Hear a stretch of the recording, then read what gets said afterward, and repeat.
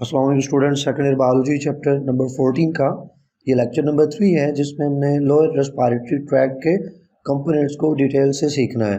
हमने previous lecture में ये बात की कि लोअर रेस्पिरेटरी ट्रैक में कौन से स्ट्रक्चर शामिल है, लैरिंग्स, ट्रैकिया, ब्रोंकाई और लंग्स। जबकि इस लेक्चर में हम इन तमाम स्ट्रक्चर्स को डिटेल से डिस्कस करेंगे। तो लेक्चर का आगाज़ हम लेते हैं स्टूडेंट्स लैरिंग्स से, और सबसे पहले लैरिंग्स की जो लोकेशन है उसको हम आइडेंटिफाई करते हैं। तो लैरिंग्स के ऊपर मौजूद है स्टूडेंट्स फेरिंग्स, और इसके नीचे मौजूद है ट्रैकिया। तो हम कह सकते हैं कि लैरिंग्स इज सिचुएटेड और located between pharynx and trachea. Pharynx और ट्रैकिया के दरमियान में लैरिंग्स मौजूद है।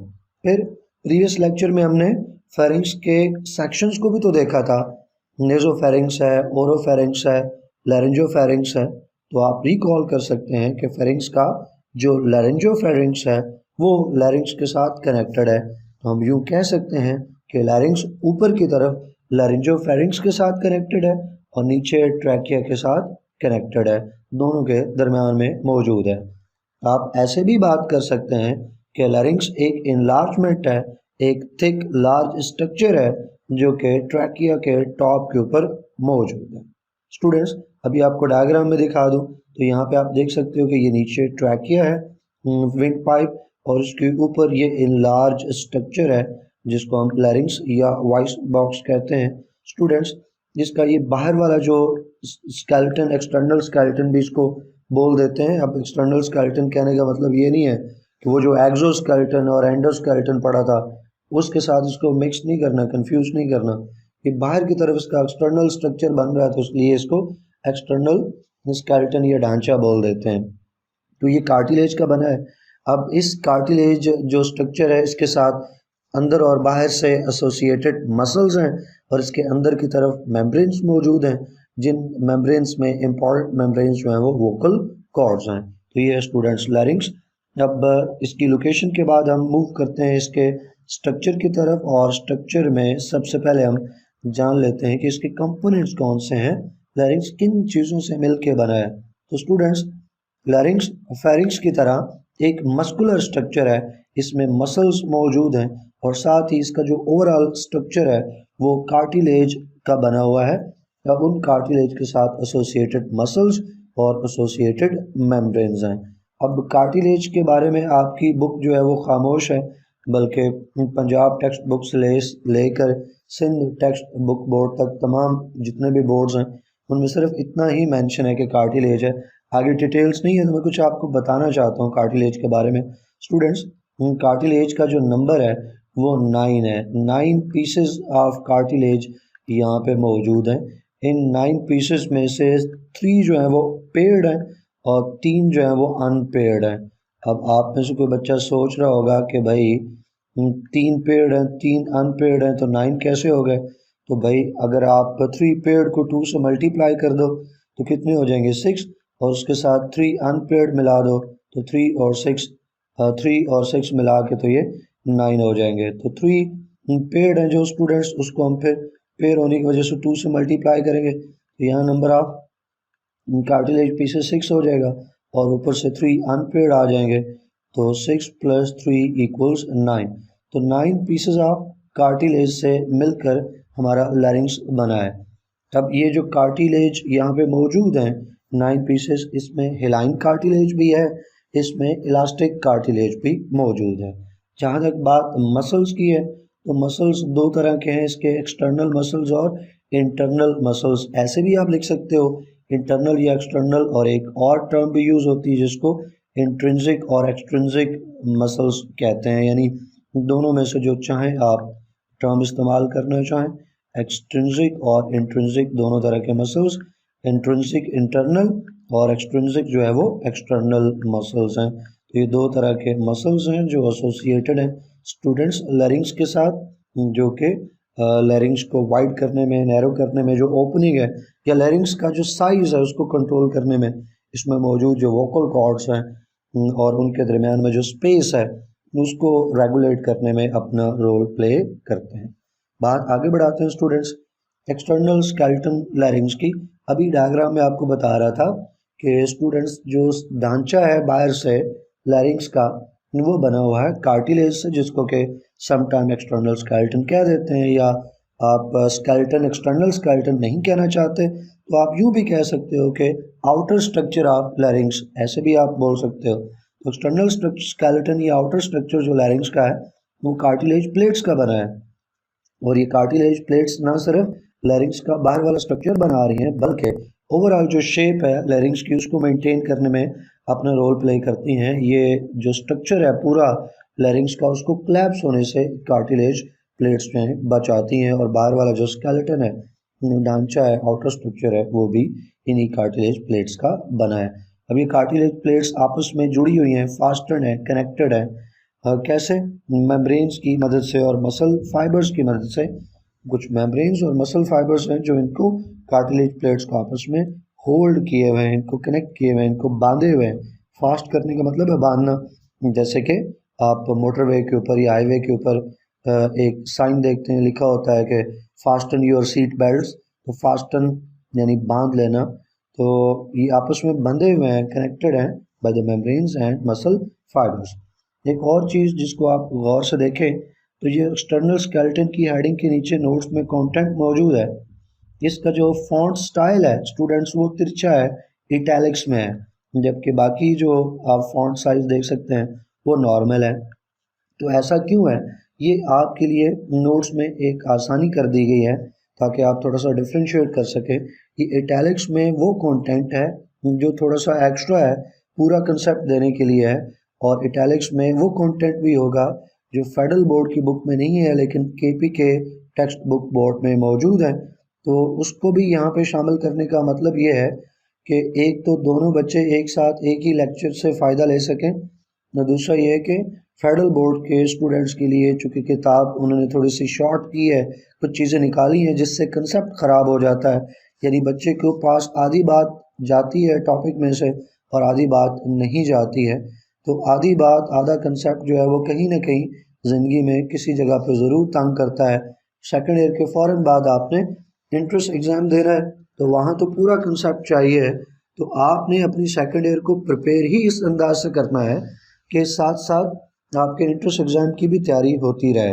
और मैं भी लेक्चर्स को ऐसे ही लेके चलूँगा ताकि आपको सेकेंड ईयर और बोर्ड के पेपर के लिए भी तैयार हो जाए और इंट्रेंस एग्ज़ाम के लिए भी तैयार हो जाए। जब आप सेकेंड ईयर का पेपर दे लें तो आपके पास सिर्फ फर्स्ट ईयर को रिवाइज करना बाकी बचा, और सेकेंड ईयर पे आपकी जो महारत है वो मुकम्मल हो चुकी हो, आप सेकेंड ईयर की तमाम चीज़ों को अच्छी तरह से जान चुके हो, पूरा कंसेप्ट मौजूद हो। फिर एक ये भी एडवांटेज होगा आपको कि जब आप एंट्रेंस एग्ज़ाम में जाते हैं तो आपको पंजाब टेक्स्ट बुक बोर्ड से भी थोड़ा पढ़ना होता है, फेडरल से भी पढ़ना होता है, और बाकी जो केपी के है उनकी जो टेक्स्ट बुक्स हैं वहाँ से भी पढ़ना है। इस तरह कुछ बच्चे जो हैं वो सिंध की जो बुक्स हैं वो भी पढ़ते हैं, तो आपको मिला के पढ़ना होता है। तो यहाँ चूँकि मैं ऑलरेडी तमाम किताबों को देखता हूँ, एनालाइज करता हूँ और एक मिक्स कंटेंट आपके लिए बायो में लेके आ रहा हूँ, बाकियों में भी कोशिश है कि ऐसे ही लेके चले, तो आपको एक पूरा पैकेज मिल रहा है, यानी आपको अलग अलग कोई और किताब पढ़ने की ज़रूरत नहीं है एंट्रेंस एग्ज़ाम के लिए। ये आपके लिए एक लेक्चर ही काफ़ी है जो सारी किताबों से पढ़ के समझ के चीज़ों को मिला के बनाया गया है। बात आगे बढ़ाते हैं स्टूडेंट्स, ग्लॉटिस और एपीग्लॉटिस। तो इनका जिक्र तो आपने 9th में भी सुना, फर्स्ट ईयर में भी, अब सेकेंड ईयर में ये मौजूद है। तो जो ओपनिंग है स्टूडेंट्स लैरिंग्स की ओपनिंग को ग्लॉटिस कहते हैं, और ये जो ग्लॉटिस है इसके ऊपर जो लाइनिंग है, इसके ऊपर जो कवरिंग है वो म्यूकस मेम्ब्रेन की है, यानी जो ओपनिंग है इसके आसपास की जो लाइनिंग है, ओपनिंग के ऊपर तो कोई चीज़ होगी तो फिर ओपनिंग थोड़ी होगी, लेकिन जो इसके किनारे हैं, जो रिजेस हैं अंदर से, वहाँ पे जो कवरिंग है, जो लाइनिंग है, वो म्यूकस मेम्ब्रेन की है। और म्यूकस मेम्ब्रेन जैसे नाम से पता चलता है कि उसने म्यूकस सिक्रीट करना है। अब इस ओपनिंग के स्टूडेंट्स एक तरफ एक साइड पे करके ऊपर की तरफ एक लिड लाइक स्ट्रक्चर जो है वो मौजूद है। इस लिड लाइक स्ट्रक्चर चूँकि ये ग्लॉटिस के ऊपर मौजूद है लिहाजा इसको एपीग्लॉटिस का नाम हम देते हैं स्टूडेंट्स।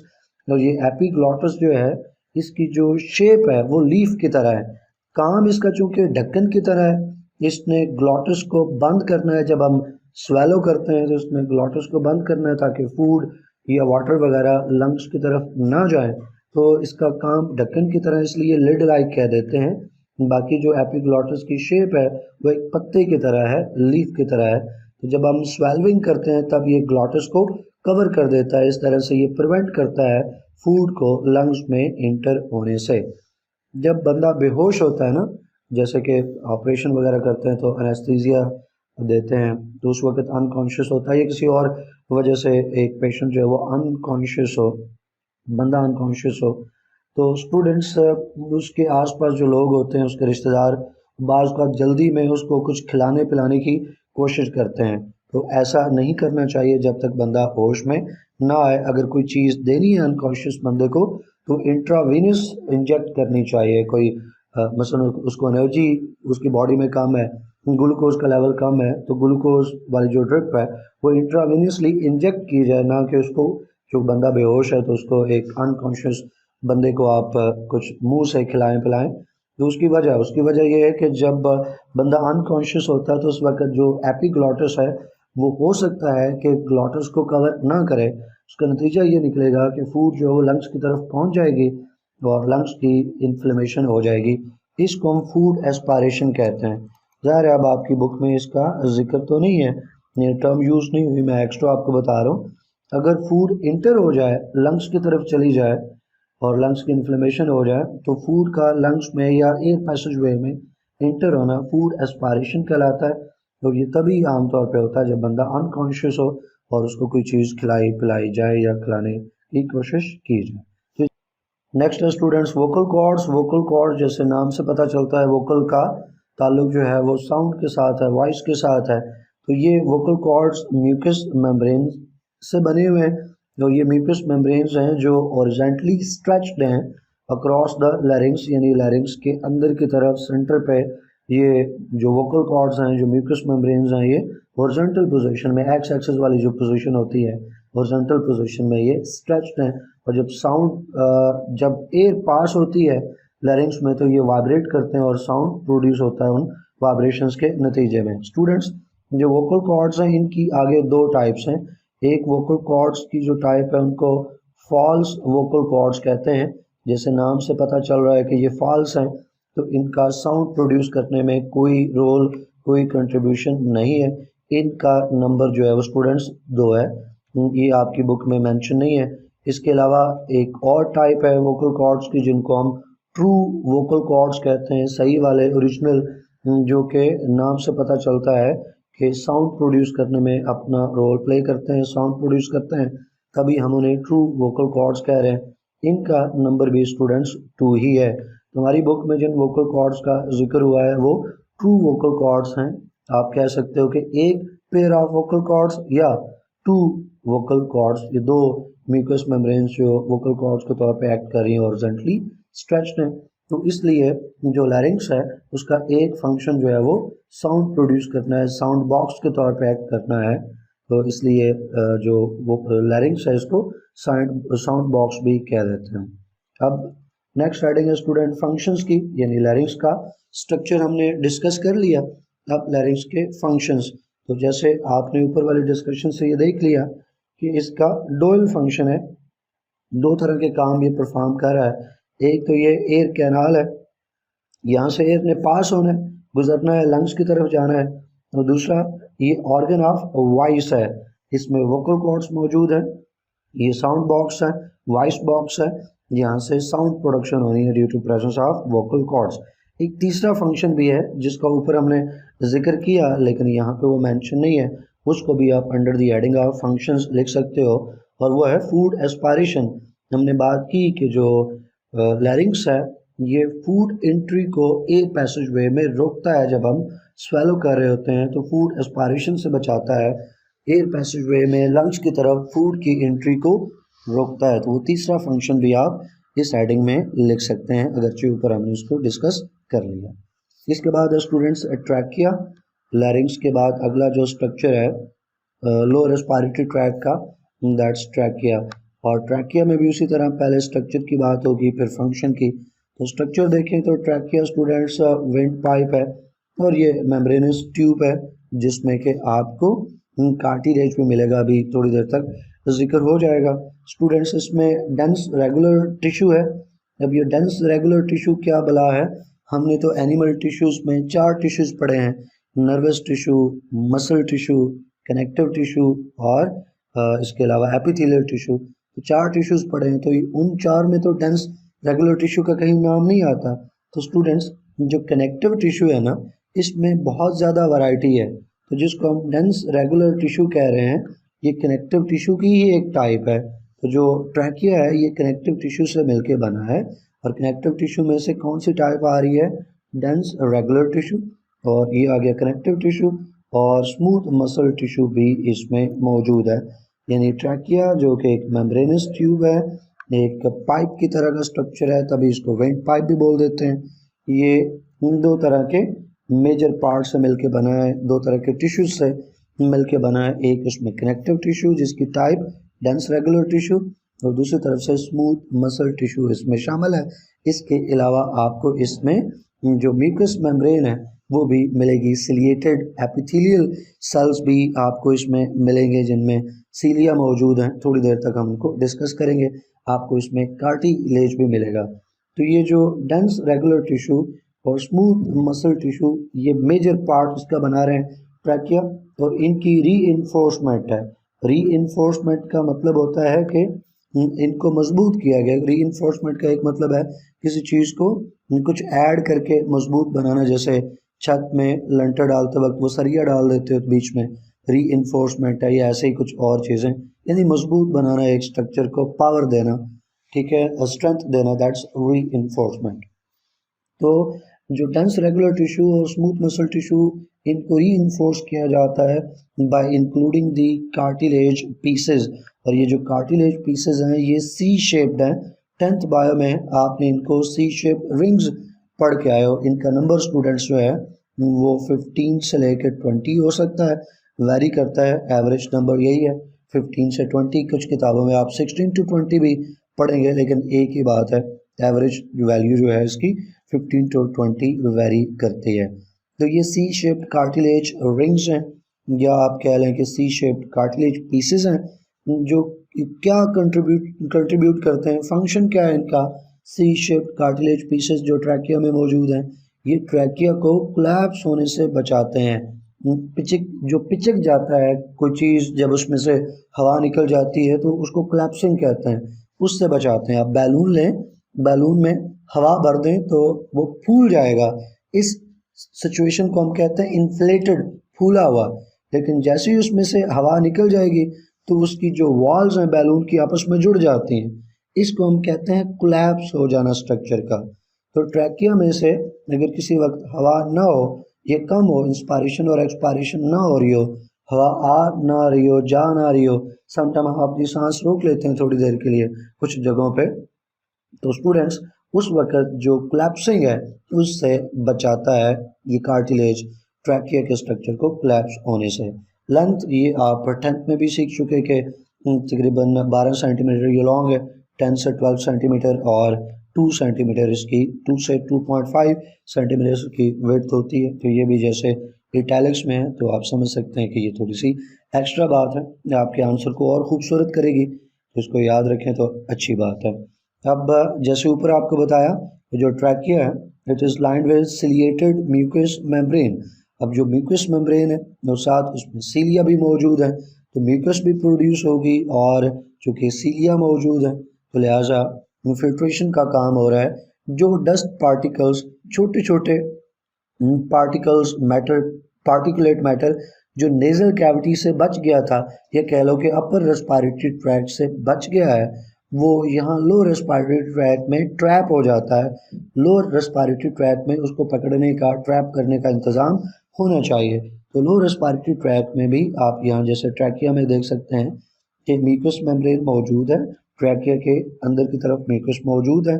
तो वो जो डस्ट पार्टिकल्स हैं, पार्टिकुलेट मैटर है, वो म्यूकस के साथ स्टिक कर जाएगा, और जो सीलिया हैं उस म्यूकस को, जिसमें ट्रैप्ड डस्ट पार्टिकल्स हैं, पैथोजेंस हैं, उस म्यूकस को ऊपर की तरफ पुश करेगा।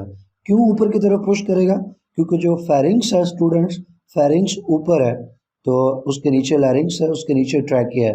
तो ट्रैकिया की जो सीलिया है वो उस जो म्यूकस है और उस म्यूकस में ट्रैप डस्ट पार्टिकल्स और बाकी चीज़ें उसको पुश करेगा ऊपर टुवर्ड्स लैरिंग्स, और लैरिंग्स है वो किधर जाएगा, पुश किया जाएगा उसको टुवर्ड्स फेरिंग्स, और फेरिंग्स से उसकी स्वेल्विंग हो जाएगी और वो कंटेंट स्टमक में आ जाएगा, और स्टमक में आप जानते हैं कि एसियल मौजूद है, लिहाजा वो पैथोजेंस और हार्मफुल सब्सटेंसेस उनकी इनएक्टिवेशन हो जाएगी, पैथोजेंस की किलिंग और कोई केमिकल हार्मफुल सब्सटेंसेस है तो उनकी इनएक्टिवेशन हो जाएगी। तो इस तरह हम बहुत सारी जो रेस्पिरेटरी ट्रैक के इन्फेक्शंस हैं, डिजीज़ हैं, उनसे महफूज रहते हैं। तो ये एक फिल्ट्रेशन का रोल प्ले करते हैं जो यहाँ पे सीलिया और म्यूकस मौजूद है। अब फंक्शंस में भी ये चीज़ आपको लिखी हुई मिलेगी जो कि नेक्स्ट हेडिंग है और उसको भी आप देखें तो ये इटैलिक्स स्टाइल में मौजूद है। तो जो ट्रैकिया है स्टूडेंट, ये एक पैसेज के तौर पे सर्व करता है, ये तो इसका जनरल फंक्शन होगा क्योंकि एयर पैसेज वे का एक पार्ट है, तो यहाँ से हवा तो गुजरेगी, तो जब हवा गुजर रही होती है तो इसकी स्टूडेंट्स मॉइस्चनिंग हो रही होती है, इसकी वार्मिंग हो रही होती है, इसकी कंडीशनिंग हो रही होती है, जैसा कि नेजल कैविटी में हुआ था। यहाँ पे म्यूकस मौजूद है तो इसकी वजह से इसकी मॉइस्चनिंग होगी, और ब्लड कैपिलरीज जो हैं वो अराउंड द ट्रैकिया और ब्रोंकाई मौजूद हैं जो कि इसको ब्लड सप्लाई कर रहे होते हैं ट्रैकिया और ब्रोंकाई को, जिसके नतीजे में जो टेम्परेचर है ट्रैकिया और ब्रोंकाई में वो अवेलेबल होता है, जिससे कि एयर को थोड़ा सा हीट किया जा सकता है, उसकी कंडीशनिंग फर्दर हो सकती है। तो मॉइस्चनिंग और वार्मिंग वो ट्रैकिया में भी होती है थोड़ी सी, और जैसे ही एयर यहाँ से पास हो रही होती है तो साथ ही स्टूडेंट्स उसकी फिल्ट्रेशन भी होती है। जैसे बताया कि जो छोटे पार्टिकल्स नेजल कैविटी में तो बड़े पार्टिकल्स ट्रैप होते हैं, छोटे छोटे पार्टिकल्स नेजल कैविटी को पास कर जाते हैं, लेकिन वो ट्रैकिया में बेचारे पकड़े जाते हैं, फंस जाते हैं। तो इसलिए हम कह सकते हैं कि ट्रैकिया में एयर की फिल्ट्रेशन भी हो रही है और बहुत सारे जो फॉरेन पार्टिकल्स हैं उनको लंग्स में जाने से रोका जाता है, और इस तरह लंग्स को जो इन्फेक्शंस हैं और डैमेज है उससे महफूज बनाने की एक एफर्ट यहाँ पे ट्रैकिया में मौजूद है। नेक्स्ट जो स्ट्रक्चर है लो रेस्पिरेटरी ट्रैक का वो ब्रोंकाई और ब्रोंक्यूल्स।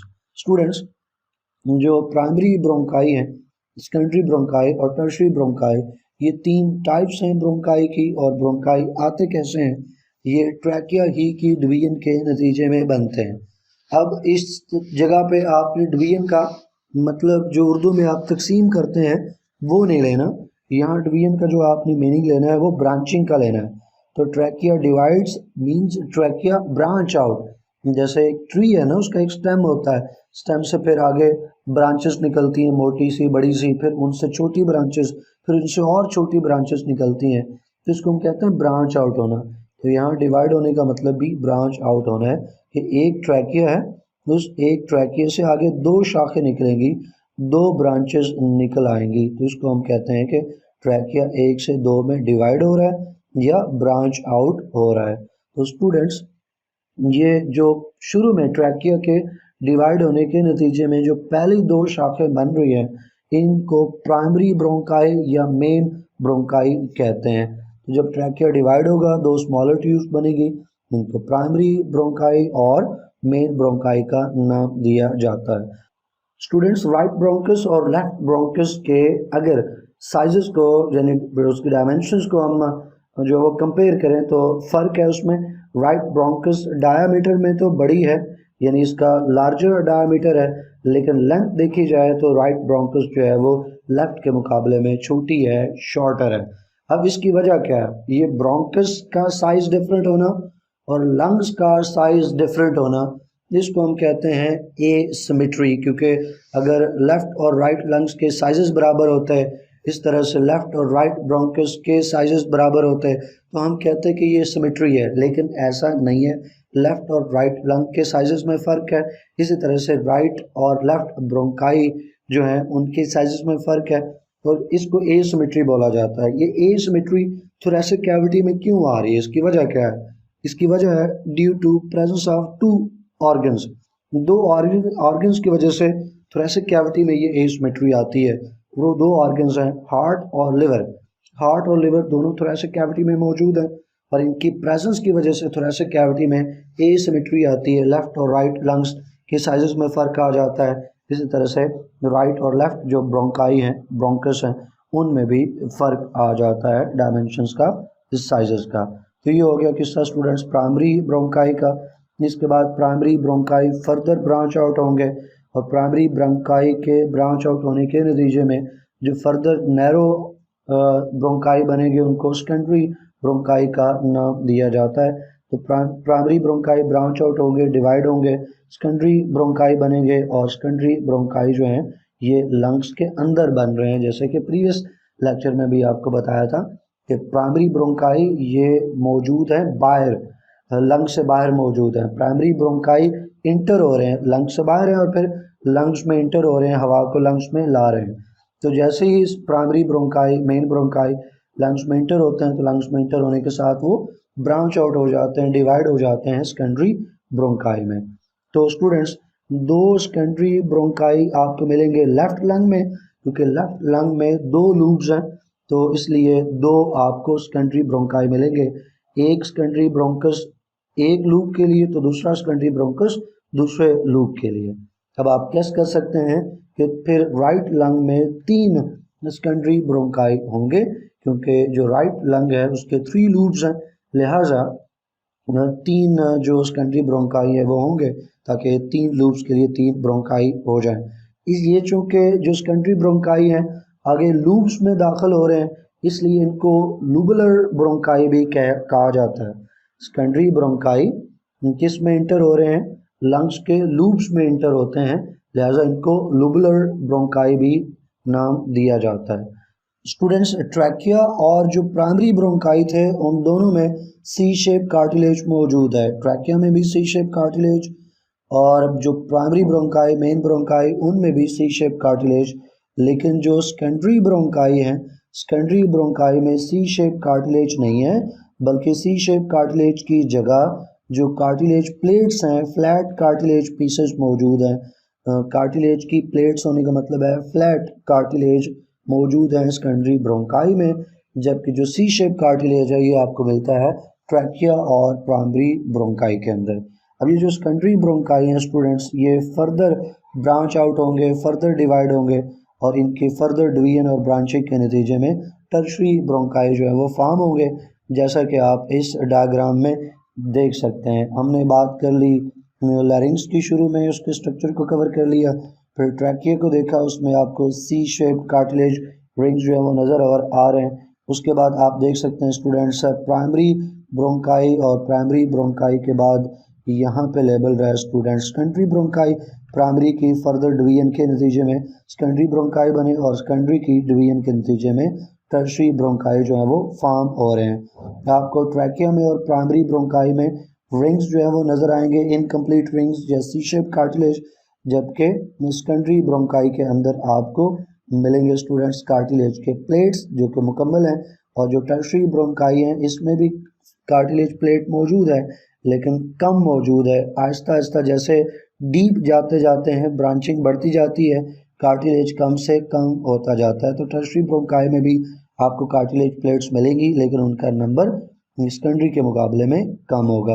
अब ये जो सेकेंडरी ब्रोंकाई हैं स्टूडेंट्स इनकी डिवीजन के नतीजे में आगे फॉर्म होना है और नैरो ट्यूब्स जिनको हम ब्रोंक्यूल्स का नाम देते हैं। स्टूडेंट नीचे एक और डायग्राम में यही चीज़ आप देख सकते हो, लैरिंग्स है, देन ट्रैकिया और ट्रैकिया के डिवीजन के नतीजे में प्राइमरी ब्रोंकाई, फिर सेकेंडरी ब्रोंकाई और टर्शरी ब्रोंकाई, और टर्शरी ब्रोंकाई अल्टीमेटली ब्रोंक्यूल्स बनाएंगे और ब्रोंक्यूल्स के भी डिफरेंट टाइप्स को आगे हमने डिस्कस करना है। तो टर्शरी जो ब्रोंकाई हैं उनकी ब्रांचिंग के नतीजे में डिवीजन के नतीजे में स्टूडेंट्स ब्रोंक्यूल्स बनेंगे। तो जैसा ऊपर बात की कि ब्रोंकाई डिवाइड करते रहते हैं, ब्रांच आउट होते हैं और फाइनली एंड के ऊपर ब्रोंक्यूल्स फॉर्म होते हैं और ब्रोंक्यूल्स का जो डायमीटर है वो लेस देन 1 मिलीमीटर है। अब इसको आपने एमसीक्यू के लिए मार्क कर लेना है, इंट्रेंस और बोर्ड एग्जाम दोनों के लिए। जो ब्रोंक्यूल्स हैं इनका डायमीटर लेस देन 1 मिलीमीटर होता है और ब्रोंक्यूल्स जो हैं ये भी इनकी डिवीजन भी रुकेगी नहीं।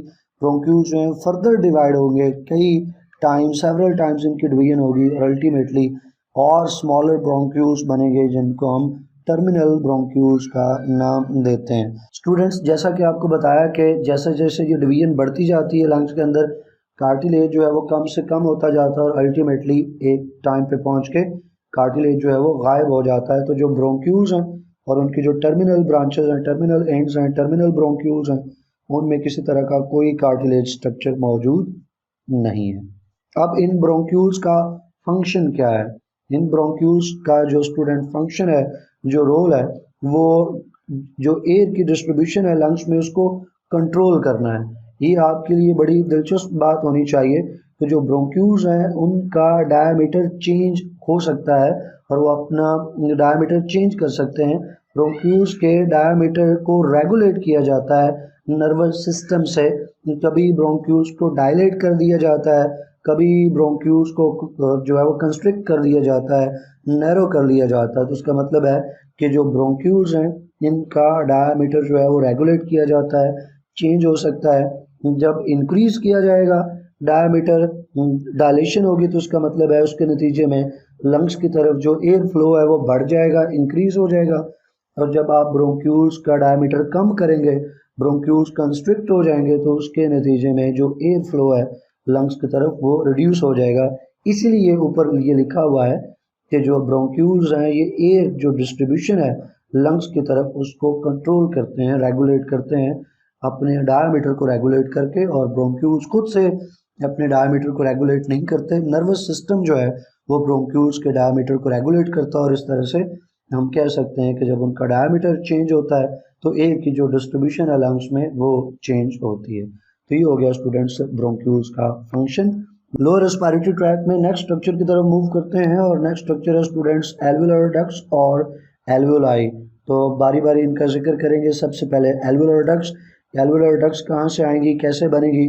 तो स्टूडेंट्स अभी जो ऊपर हमने डिस्कस किए हैं ब्रोंक्यूल्स और ब्रोंक्यूल्स के एंड के ऊपर टर्मिनल ब्रोंक्यूल्स, तो उन्हीं टर्मिनल ब्रोंक्यूल्स की डिवीजन के नतीजे में स्टूडेंट्स एल्वुलर डक्ट्स जो है वो फॉर्म होंगी। जैसे आप नोट्स में देख सकते हैं कि जो टर्मिनल ब्रोंक्यूल्स हैं फर्दर ब्रांच आउट होंगे और अल्टीमेटली वो पहले रेस्पिरेटरी ब्रोंक्यूल्स बनाएंगे और रेस्पिरेटरी ब्रोंक्यूल्स जो है वो फर्दर डिवाइड होकर क्या बना देंगे, एल्वुलर डक्ट्स फॉर्म करेंगे। ये जो रेस्पिरेटरी ब्रोंक्यूल्स का बनना है ये खासा दिलचस्प है इस हवाले से स्टूडेंट्स के रेस्पिरेटरी ब्रोंक्यूल्स में गैसेस एक्सचेंज होती है। आपने मैट्रिक तक तो यही सीख रखा है कि गैस एक्सचेंज जो है वो सिर्फ एल्वुलाई में हो रही है, साइट ऑफ गैस एक्सचेंज जो है एल्वुलाई है। तो ये पूरी बात नहीं है, अगरचे एल्वुलाई में मैक्सिमम गैस एक्सचेंज होती है लेकिन थोड़ी बहुत गैस एक्सचेंज कुछ और जगहों पे भी होती है और उनमें है students respiratory bronchioles. Respiratory bronchioles में भी गैस एक्सचेंज होती है और जो एल्वुलर डक्ट्स इनके नतीजे में बन रही हैं उनमें भी गैस एक्सचेंज होती है और एल्वुलाई में भी गैस एक्सचेंज होती है। मैं रिपीट कर देता हूँ, रेस्पिरेटरी ब्रोंक्यूल्स में गैस एक्सचेंज होगी, एल्वुलर डक्ट्स में भी गैस एक्सचेंज होती है, लेकिन इनमें थोड़ी कम होती है। जो मेजर गैस एक्सचेंज हो रही है वो ऑफ कोर्स एल्वुलाई में होती है। एल्वुलर डक्ट्स के एंड के ऊपर स्टूडेंट्स एल्वुलाई मौजूद हैं जो कि एयर सैक्स हैं और एल्वुलर डक्ट्स जो हैं वो फर्दर डिवाइड होंगे और उनके एंड के ऊपर स्टूडेंट्स छोटे छोटे air filled chambers, air sacs, air filled chambers में हवा होनी है। वैसे तो प्रीवियस भी जितने स्ट्रक्चर्स हमने पढ़े हैं उनमें भी हवा होती है, तो ये कोई एल्वुलाई का यूनिक फीचर तो नहीं है कि सिर्फ उन्हीं में हवा होगी। ज़ाहिर है पीछे से एयर आ रही है तो बाकी स्ट्रक्चर में भी एयर है। तो आप कह सकते हैं कि ये एयर सैक्स हैं, एयर चैम्बर्स हैं जो कि एल्वुलर डक्ट्स के एंड के ऊपर फॉर्म हो रहे हैं। इनको हम नाम देते हैं स्टूडेंट्स एल्वुलाई का और ये मेजर साइट्स हैं गैस एक्सचेंज की। जैसे ऊपर आपको बताया कि ये only site of gas exchange नहीं है, major site of gas exchange है, क्योंकि इसके अलावा रेस्पिरेटरी ब्रोंक्यूल्स और एल्वुलर डक्ट्स में भी गैस एक्सचेंज थोड़ी बहुत होती है। तो यहाँ पे एल्वुलाई चूँकि major site of gas exchange है तो लिहाजा एयर जो कि एल्वुलाई में मौजूद है और एयर जो कि ब्लड में मौजूद है, तो दोनों के दरमियान में जो गैसेस हैं वो एक्सचेंज हो जाएंगी। ब्लड में जो एयर मौजूद है उसमें से कार्बन डाइऑक्साइड एल्वुलाई में चला जाएगा और एल्वुलाई में जो एयर मौजूद है उसमें से ऑक्सीजन ब्लड में आ जाएगा। तो एक्सचेंज ऑफ गैसेस यहाँ पे एल्वुलाई में होगी। स्टूडेंट्स एल्वुलाई में अगर एक्सचेंज ऑफ गैसेस होनी है तो एल्वुलाई के पास कुछ ऐसे फीचर्स होने चाहिए, कुछ करैक्टरिस्टिक्स होनी चाहिए जो एल्वुलाई को इस काबिल बनाए कि ये major site of gas exchange के तौर पे एक्ट कर सकें। वो फीचर्स व करैक्टरिस्टिक्स एल्वुलाई के कौन से हैं, ये अलग से शॉर्ट क्वेश्चन में आपसे पूछा जा सकता है। स्टूडेंट्स पहला और ज़बरदस्त किस्म का जो फीचर है एल्वुलाई में वो ये है कि इनके पास लार्ज सरफेस एरिया होता है। तकरीबन दोनों लंग्स की अगर हम बात करें तो दोनों लंग्स को मिला के आपकी बुक के अकॉर्डिंग 700 मिलियन एल्वुलाई मौजूद हैं। अब इसका मतलब ये नहीं होगा कि आधे एक तरफ और आधे एक तरफ। ऑफ कोर्स जो हमारा राइट लंग है वो बिगर है, उसका जो वॉल्यूम है वो ज़्यादा है, तो उसमें नंबर ऑफ एल्वुलाई ज़्यादा होंगे, तो दोनों को मिला के राउंड अबाउट 700 मिलियन एल्वुलाई हैं, लेकिन ये बराबर बराबर दोनों लंग्स में नहीं है। एक फीचर हो गया कि इससे सरफेस एरिया बहुत ज़्यादा बढ़ जाता है। दूसरा, जो एल्वुलाई हैं इनकी जो थिकनेस है वो बहुत कम है, यूँ कह लें कि ये बहुत थिन है, और इनकी थिकनेस कितनी है, जस्ट 0.1 माइक्रोमीटर ये थिक है, इंतहाई थिन। 0.1 माइक्रोमीटर थिक होने का मतलब है एक्सट्रीमली थिन है। और इसका एडवांटेज पता क्या है, एडवांटेज ये है कि जो गैसेस हैं उन्होंने जब डिफ्यूज़ करना है, क्रॉस करना है गैस एक्सचेंज के लिए, तो उन्हें फिर कोई बहुत ज़्यादा लंबा बैरियर डिस्टेंस क्रॉस नहीं करना पड़ता। जस्ट 0.1 माइक्रोमीटर थिक एल्वुलाई है जिनकी वॉल को उन्होंने क्रॉस करना है। तो इसलिए ये भी एक ज़बरदस्त किस्म का फीचर है, क्योंकि एल्वुलाई की वॉल थिक होती तो डिफ्यूजन जो है वो स्लो होती, एफिशिएंट ना होती। तो डिफ्यूजन का एफिशिएंट बनाने के लिए, फास्ट बनाने के लिए एल्वुलाई की वॉल जो है वो एक्सट्रीमली थिन है, 0.1 माइक्रोमीटर। बात आगे बढ़ाएं स्टूडेंट्स, तो एल्वुलाई के बाहर जो है ब्लड सप्लाई काफ़ी ज़्यादा मौजूद है। एक डेंस यानी काफ़ी ज़्यादा, बहुत ज़्यादा जो नंबर है कैपिलरीज का, एक large number of capillaries, blood capillaries वो एल्वुलाई के आसपास मौजूद है। इसका मतलब ये हुआ कि लार्ज ब्लड सप्लाई जो है मौजूद है ताकि गैस एक्सचेंज जो वो अच्छी हो सके, एफिशिएंट हो सके। अगर ब्लड सप्लाई कम होती तो फिर गैस एक्सचेंज जो है वो स्लो होती, एफिशिएंट ना होती। तो अगर यहाँ पे एल्वुलाई में गैस एक्सचेंज होनी है और ये मेजर साइट है, तो ज़रूरी है कि जहाँ सरफेस एरिया ज़्यादा हो, जहाँ इनकी थिकनेस कम हो, वहीं पे ब्लड सप्लाई भी इनके आसपास ज़्यादा होनी चाहिए ताकि एक्सचेंज ऑफ गैसेस एफिशिएंट हो सके। स्टूडेंट्स, एल्वुलाई के स्ट्रक्चर की अगर बात की जाए तो एल्वुलस में दो टाइप के सेल्स होते हैं। आपकी बुक में ये यहाँ पे मेंशन नहीं है। Two type of cells alveoli की वॉल में मौजूद होते हैं। उनमें से एक है स्टूडेंट्स सिंपल स्क्वैमस एपिथेलियम के सेल्स। स्क्वैमस एपिथेलियम आपको जानते हो कि दो तरह की होती है, एक सिंपल स्क्वैमस एपिथेलियम है, एक स्ट्रैटिफाइड स्क्वैमस एपिथेलियम है। तो जो सिंपल स्क्वैमस एपिथेलियम है ये सिंगल लेयर्ड होती है, और जो स्ट्रैटिफाइड स्क्वैमस एपिथेलियम है वो मल्टी लेयर्ड होती है। तो जो मल्टी लेयर्ड यानी स्ट्रैटिफाइड स्क्वैमस एपिथेलियम हमारे जो स्किन है उसमें मौजूद है ताकि वहाँ थिकनेस बढ़ाई जाए और प्रोटेक्शन दी जाए। लेकिन यहाँ तो थिकनेस कम करनी है, तो यहाँ पे सिंपल स्क्वैमस एपिथेलियम है जो कि बहुत थिन है और फ्लैटेंड। स्क्वैमस का मतलब ही होता है फ्लैट, तो आपने 9th में भी पढ़ा इनको कि स्क्वैमस एपिथेलियम के जो सेल्स हैं वो फ्लैट सेल्स होते हैं, तो थिन है, फ्लैट सेल्स हैं, और जिसका नतीजा ये निकलता है कि जो वॉल है एल्वुलाई की वो बहुत ज़्यादा थिन है और जो डिस्टेंस है डिफ्यूजन के लिए वो रिड्यूस हो जाता है।